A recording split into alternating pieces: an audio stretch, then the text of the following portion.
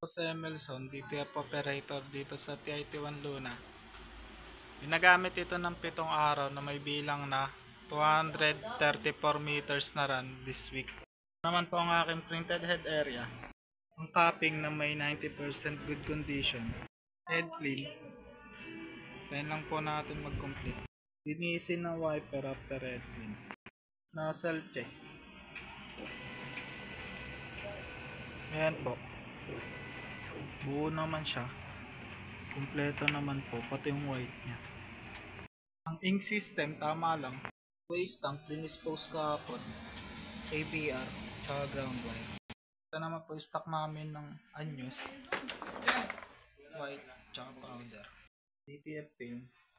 Ito naman po yung records na nagamit na CMYK. Solution. Resin powder. DTF film. Black. Yellow.